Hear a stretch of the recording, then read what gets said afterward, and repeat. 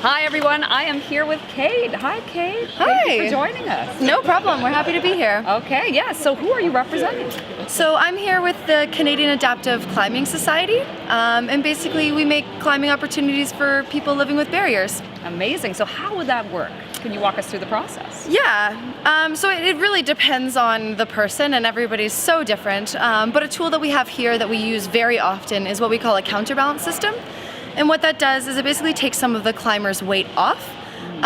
So while they're climbing, it makes some of the moves a little easier, it makes reduces the risk of injury, and it basically, as you're learning the movements, it makes climbing a little bit more comfortable for some of our participants. Amazing, so step by step they're able to reach new levels, and it sounds like you're really helping to empower them to do that. Yeah. So let's say we have somebody with a wheelchair, you're able to accommodate that? Yeah, of course. We have specialty harnesses, and basically they also support the shoulders and the upper body. And that way if somebody, depending on the reason that they're in a wheelchair, but a lot of the times there may be limited core stability. And so that helps keep them safe and upright. It really helps to keep them in a good position for climbing. Yeah, and it's a really great option. So can you tell me one of the success stories that comes to your mind?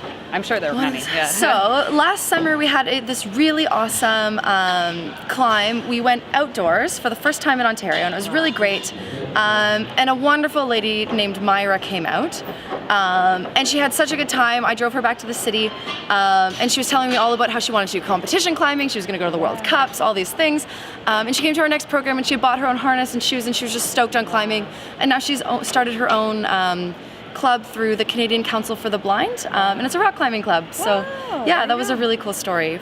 Myra's been awesome. Amazing. She's here, I think she's coming this weekend. All right, well let's try to catch up with Myra. We're gonna put that on our to-do list here.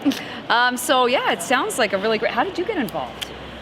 I got involved, I actually used to teach adaptive water ski, and unfortunately adaptive water ski is a lot less accessible for so many other reasons, mostly like financial. We live in Canada, so there's winter, things like that. And I came back, and as a climber myself, I was like, why are there no opportunities for adaptive climbing in Ontario?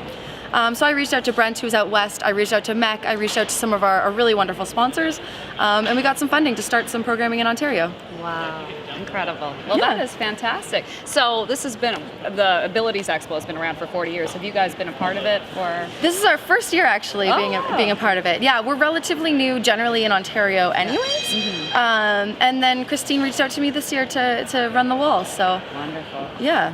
All right, so it's off the wall, it's a lot of fun, and if people are wanting to get involved, you know, outside of this, how do they reach you?